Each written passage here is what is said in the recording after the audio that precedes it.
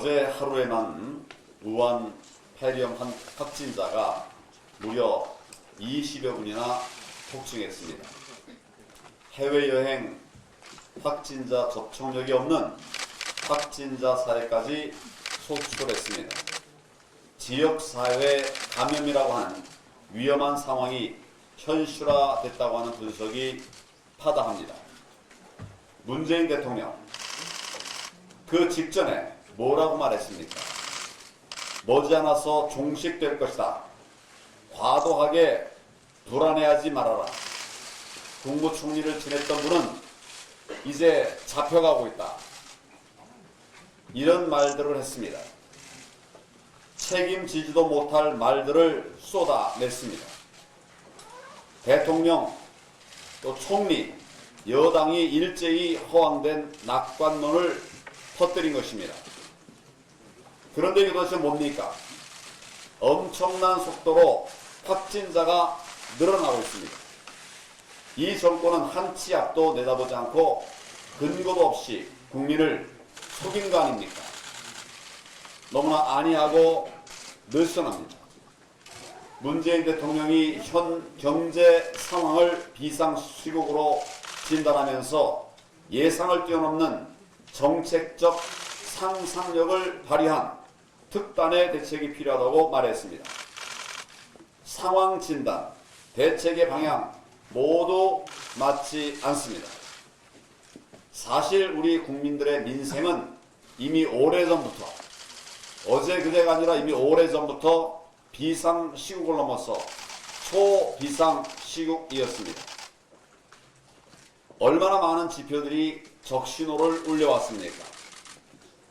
경제 기초가 붕괴되면서 국민 삶의 기반도 무너졌습니다. 문재인 정권은 우한 폐렴이 경제 위기의 원인인 것처럼 이야기하고 있습니다. 하지만 경제 위기의 근본 원인은 전염병이 아니라 문재인 정권이 지난 3년간 행한 사회주의적 경제 실험 때문입니다. 이제는 국민들께서도 어떤 말로 변명을 하더라도 그 진상이 무엇인지를 정확히 아시는 그런 상황이 되었습니다. 경제가 좋다면서 국민을 우롱했습니다. 오락가락 경제 인식이 위기의 근본 원인이 되고 말았습니다. 경제 파탄, 일자리 붕괴를 덮겠다고 세금 빚잔치를 벌인 것이 근본 원인입니다.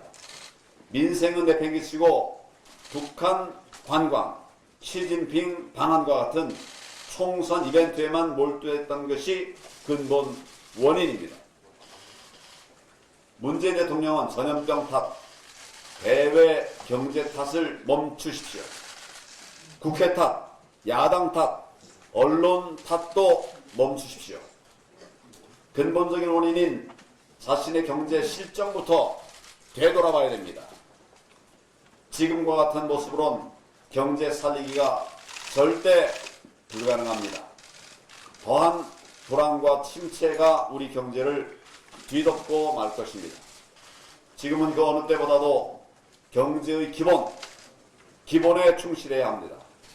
우한 폐렴을 빌미 삼아서 또다시 혈세를 쏟아부을 생각이라면 당장 접으십시오.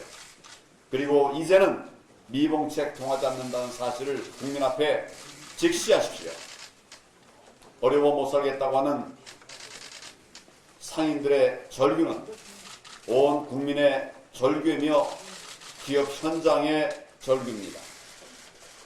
대통령이 말한 특단의 대책, 지금이라도 경제 실정을 인정하고 경제 대전환을 꾀하는 것이 대한민국의 가장 시급한 특단의 대책, 바로 특단의 대책은 이것이라는 사실을 문재인 정권은 정확히 인지하고 경제 대전환에 나설 것을 촉구합니다.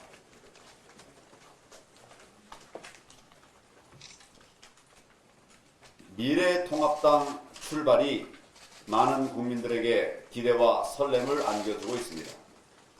이제야 좀 해볼만하다, 이런 말씀들을 하시는 분들이 많습니다. 지역에서 또 거리에서 만난 분들마다 격려해 주시고 계십니다. 불출마, 범지 출마 선언 등도 이어지고 있습니다. 자발적 희생과 헌신의 모습이 다쳤던 국민의 마음을 조금씩 열고 있습니다. 국민들에게 통합의 새 희망을 드리면서 당이 조금씩 자리매김을 해가고 있습니다. 당내의 아주 작은 잡음도 큰 소음으로 울릴 수 있는 엄중한 시기입니다. 우리의 분열, 우리의 다툼을 손꼽아 기다리는 세력들이 있습니다. 대표인사부터 조심하고 또 유의하겠습니다. 국민을 주인으로 섬기는 낮은 자세를 지키겠습니다. 통합의 의미를 늘 되새기겠습니다. 선거에서 상대 정당의 후보자와의 경쟁은 물론이고 우리 안에서의 경쟁도 불가피할 수 있습니다. 총선 압승이라고 하는 최종 목표 앞에서 우리는 국민들께 그럼에도 불구하고 아름다운 경쟁을 보여드려야 합니다.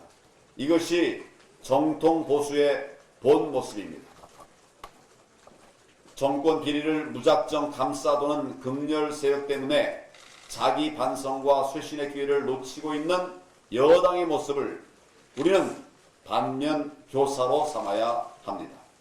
우한 폐렴 사태가 다시 악화돼서 국민의 불안이 가중되고 있습니다.